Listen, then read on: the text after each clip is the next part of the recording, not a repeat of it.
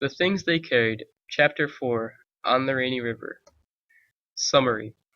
The chapter starts off as a story that O'Brien, our arrogant, modest, yet cowardice main character, who is also the author of this book, has never told anyone but the audience at that very moment.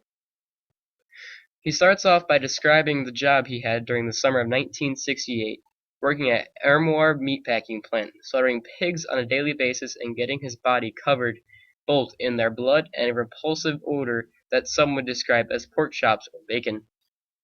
One day after a round of golf, he received a draft notice from the government saying he was going to join the U.S. forces in Vietnam. At some point in mid-July, O'Brien began to think that the best option would be to drive up north to Canada and escape the horror of going to a war that he himself did not feel was right.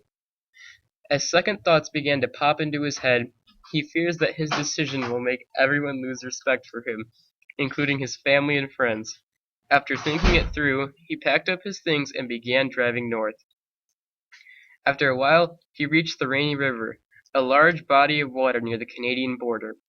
There, O'Brien stops at an old fishing resort named the Tip Top Lodge.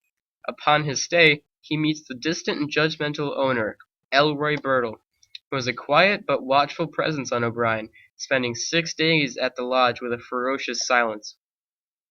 On the 6th day, both Elroy and O'Brien go upon a fishing journey upon the river. There, O'Brien realizes how close he was to Canada and how easy it was to leap off the boat and hightail it to North America's lesser-known country.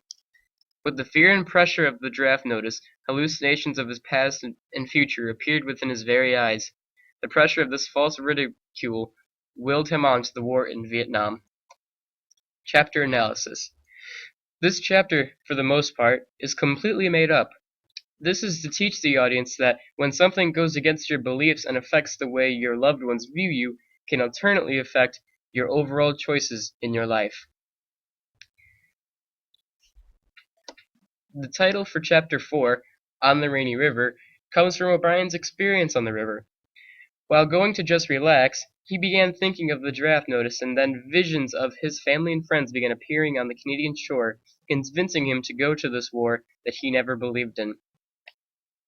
The importance of Elroy was relevant to this chapter, mainly because he was a presence that knew what was going on with O'Brien, but never asked because he didn't know if O'Brien was comfortable sharing it or not. Theme. The theme of this chapter is that the pressure of something could affect how others view you and the decisions you make. The choice of running away from the drafting or to go off into war and risk his own life was O'Brien's decisions. This intense amount of weight on each of these choices began making him see the illusion of himself as a young child to his family, calling his names for not going to war, chipping away at his very soul. In the text, it states that all those eyes on him, he couldn't take the embarrassment of him not going to the war and facing the rest of his life being made fun of as a joke in his town.